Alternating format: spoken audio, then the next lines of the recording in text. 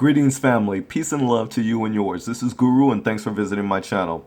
The NYPD identifies a man who was shot by cops as Erickson Brito of Brooklyn. Let's go to the story. So, family, the NYPD identified a man shot to death Saturday afternoon in Brownsville by two Housing Bureau officers as Erickson Brito, 21 years old, of Brooklyn. Brito, of Mother Gaston Boulevard, was shot after the officers responded to a 911 call at 1:10 p.m. about a suspicious man in the ninth floor hallway of the Van Dyke houses near Sutter Avenue, police said. When the officers entered the hallway of the public housing complex, the man, later identified as Brito, attacked them, police said. And both officers were injured in the attack and taken to Jamaican Hospital Medical Center, said NYPD Chief of Housing James Secreto.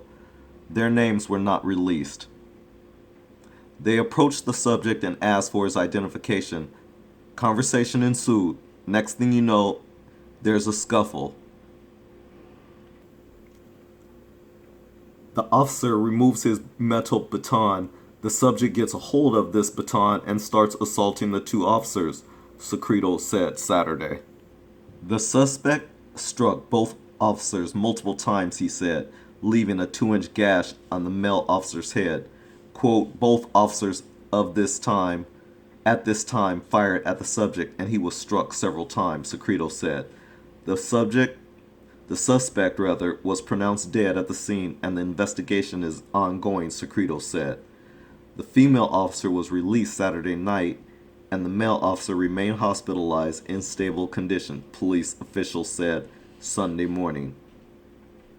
Police Commissioner James P. O'Neill visited the two injured officers at the hospital late Saturday afternoon, a police spokesman said.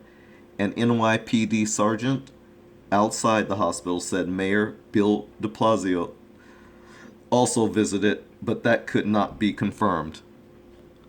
Well, family, Van Dyke is one of 15 New York City Housing Authority developments where the mayor's office is pursuing what it describes as a, quote, 21st century, unquote, crime reduction approach that goes beyond traditional law enforcement to address topics like lighting and building design.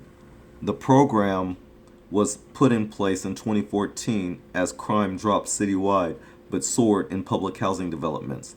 The 15 developments where the program was enacted accounted for 20% of all violent crime in public housing that year, according to a release from the mayor's office. The family, before I move on to this next point, I just want to say, I will say this. This is the last part, which goes into saying earlier this year, NYPD officer Peter Liang, which most of you probably already know by now, was convicted of manslaughter in the 2014 stairwell shooting death of Akai Gurley in the Louis H. Pink projects in the nearby East New York neighborhood. Liang was later cleared of manslaughter and given probation by a Brooklyn judge. But yet the family is not buying it. And I don't blame them. And before I get into talking about this part of the video, I gotta say that this is where the police should have been using body cams all along. That's the only way they're gonna be held accountable and we can get a better glimpse of the truth, because they make up stories that do not fit all the time. And we're tired of arguing and dealing with white supremacists in this nation who don't want to face the truth of this matter. They want to believe the police wholeheartedly just on their word. And anyone and everyone knows that within the justice system, especially within the police forces across America, the police have been lying. We see that every time a video is revealed. We get a glimpse of the truth when the words that they always say on their reports do not reflect what's actually shown. So in this instance here, where are the body cams? Where is the accountability for the police? That's my question. Where is the accountability? The police are being irresponsible once again. This is why it should be mandated that the police wear body cams.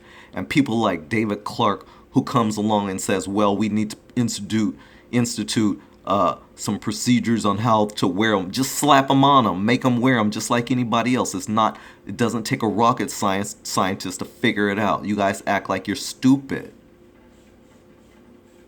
So now the family has to ask important questions. How did this happen? Because they know that their son, that their brother, that their nephew, that their brother was not the way that the police are trying to paint him out to be. And now they have to deal with the murder of their family member at the hands of some rogue, irresponsible, probably inexperienced, and probably uneducated police officers. The only thing black people have is each other to speak up on these things, because where are the good white people? They surely don't have much to say.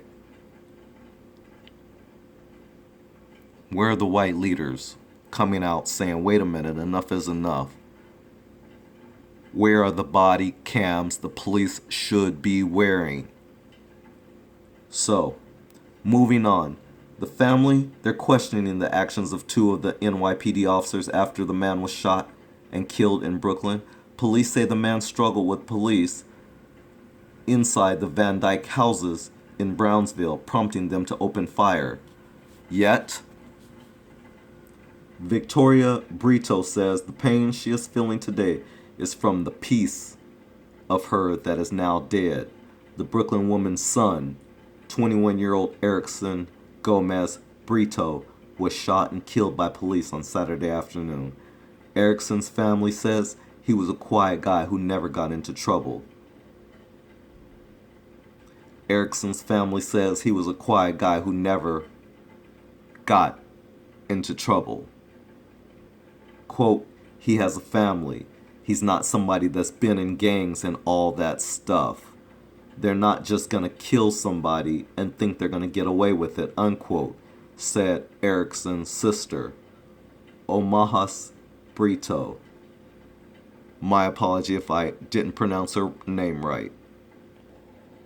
Police, however, are painting a much different picture. They say it was just after 1 p.m. Saturday when the two police officers were responding, as I pointed out earlier, to a suspicious man in the hallway in the housing development on Sutter and Mother Gaston. And so when the officers entered the hallway and asked the man for ID, some type of scuffle broke out, and the next thing you know, Erickson Brito is shot to death. And there are no body cams to prove one way or another what they say is true. This is a travesty. It is not a justice system. It's not a correct justice system. We need legislation in place. We need some procedures and legislation in place to push and demand these police officers across these divided states of America to get their system corrected. It's the only way. Quote, there could have been another way they could have handled that. Why did they have to shoot him 7 times, said Omahas Brito, the sister. Quote, even if he was on medication, wasn't there a way to deal with that? Question mark.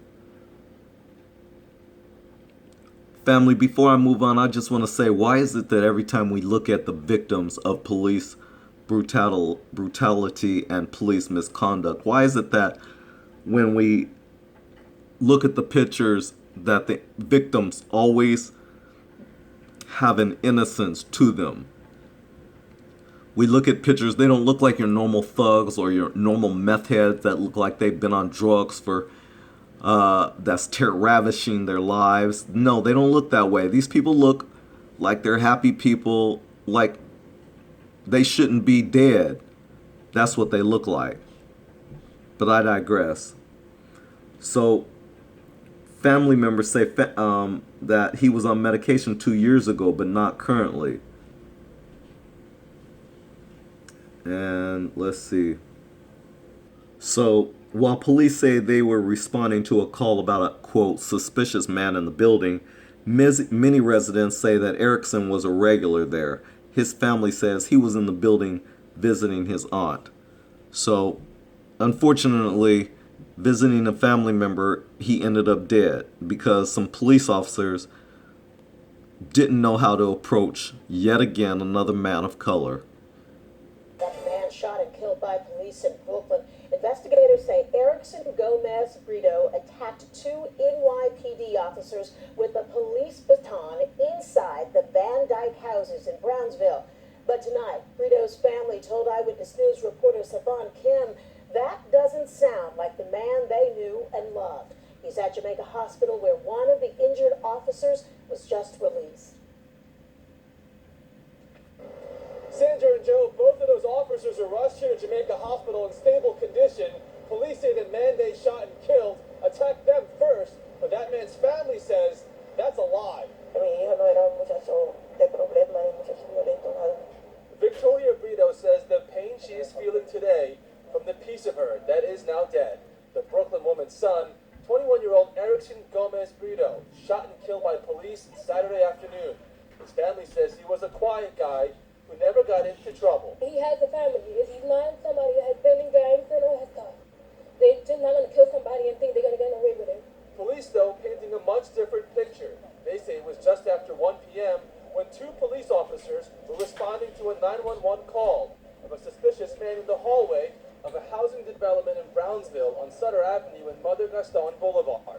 The two cops, a male and female officer, encountered a man in the hallway of the 9th floor. Cops say they asked him for ID. Next thing you know, is a scuffle encountered, and the officers are in a scuffle with this man. And at one point, an officer removes his metal baton, and the subject gets a hold of this metal baton and begins assaulting the two officers.